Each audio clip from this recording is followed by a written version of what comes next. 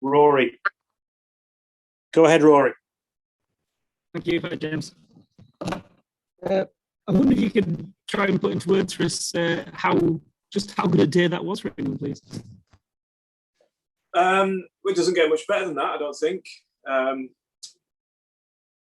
Losing the toss, being, asked to bowl, and then putting them in a performance like that, I think it doesn't get much better. And then the way the two guys played towards the end of the day with the bat was outstanding, and exactly what we've been talking about and asking for.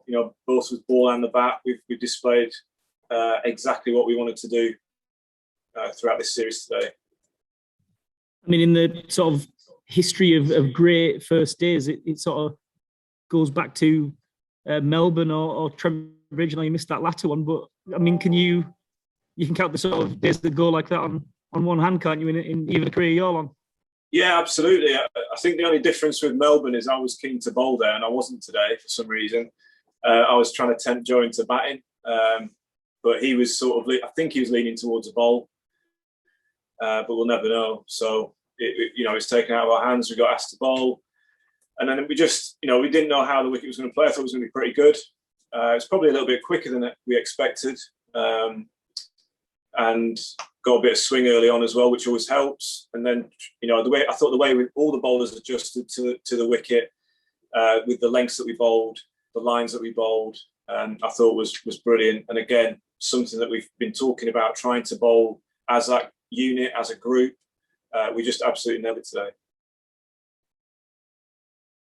Okay, who'd like to go next?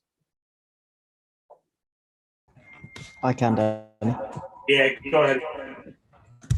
Jimmy, you're obviously a former county teammate of Haas. I just wondered whether you could sort of give a sense of how pleased you are for the journey after he's been on to come back with a Test 50 today. Yeah, absolutely delighted. Couldn't be happier for him. He's been since he's come back into the setup. You can see how much he's worked on his game, how much he's improved as a player. I think one thing he's always had is the right temperament for Test cricket, for international cricket. We saw that today in bucket loads. He was calm, he was measured. He had a game plan which he executed brilliantly. So yeah, to see him play that way is something that we're not surprised by, because we've seen the way he's played for Notts. The last couple of seasons, and the way he's played when he's been around this group the last few months has been outstanding. So everyone's absolutely delighted for him. That opening partnership generally provides real stability, doesn't it? It's one thing bowling them out, but the batters have backed it up as well. Yeah, and definitely, something when you bowl someone out for less than 100, you're never quite sure whether you've bowled well or the wicket's actually not as good as you think it might be. So to see both sides bat on it, and to see the way they both went about their business today, just felt so calm. Like in the dressing room, just felt really calm. And just seeing them, the way they were, just so measured about the way they went about it. They were solid in defence. They left well, and then they put away the bad ball when they got one. I just thought it was brilliant Test match batting. Okay, let's go to Stefan at the BBC, and then John. So, go ahead. Hi, Jimmy. Well bowled. Is there anything that you do differently nowadays, personally, to what you did earlier in your career? So I think a couple of years ago you talked about maybe dabbling in a vegan diet to keep you going longer. If not that, is there anything that you're doing at the moment to keep yourself performing at the level you are? No, not really. I think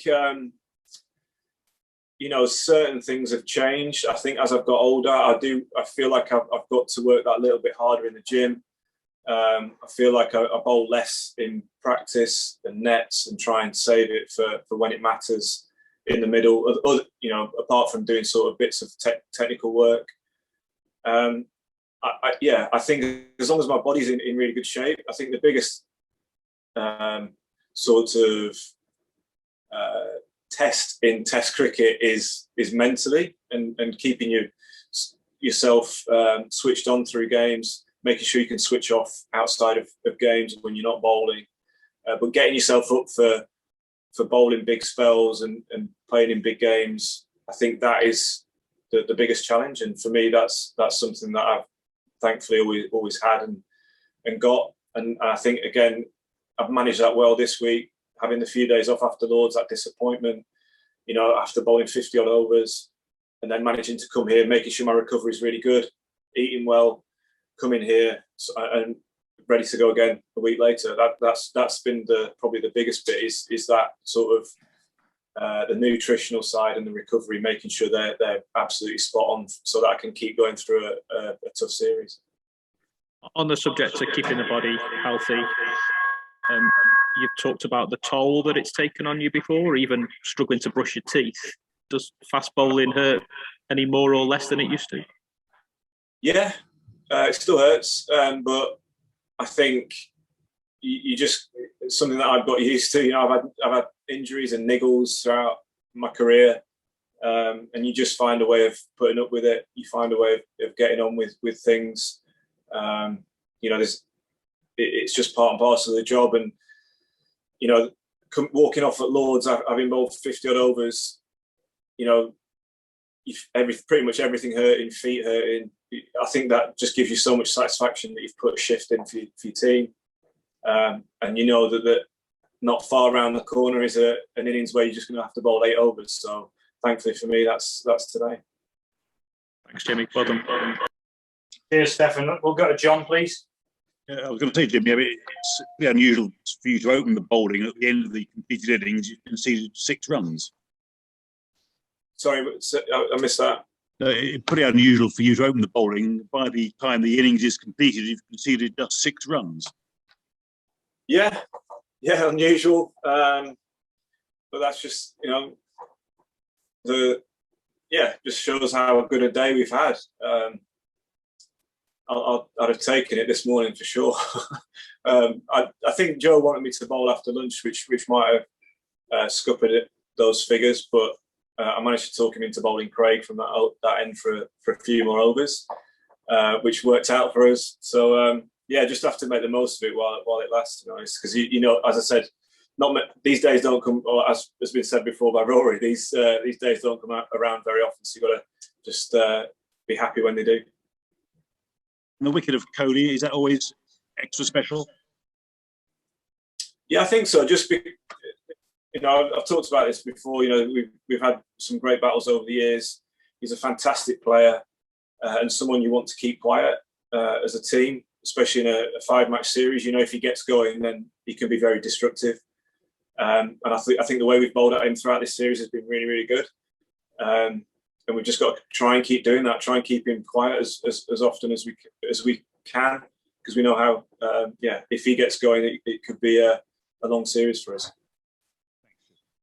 Okay, we'll do Lawrence and then one more after that. Go ahead, Lawrence. Hi, Jimmy. Was there any discussion before the game about not getting involved in any sort of chit-chat with the Indian players after what happened at Lords? Yeah, I think there was a bit of chat about that, yeah.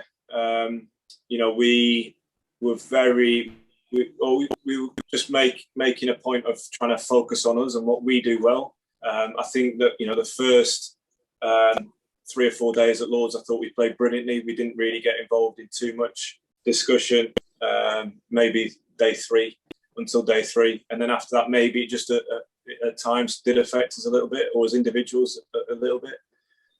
So I think we have made a conscious effort of trying to just focus on us, what we do well, try and ignore everything else, the outside noise or whatever there might be going on, and just make sure there's a real focus on what we do.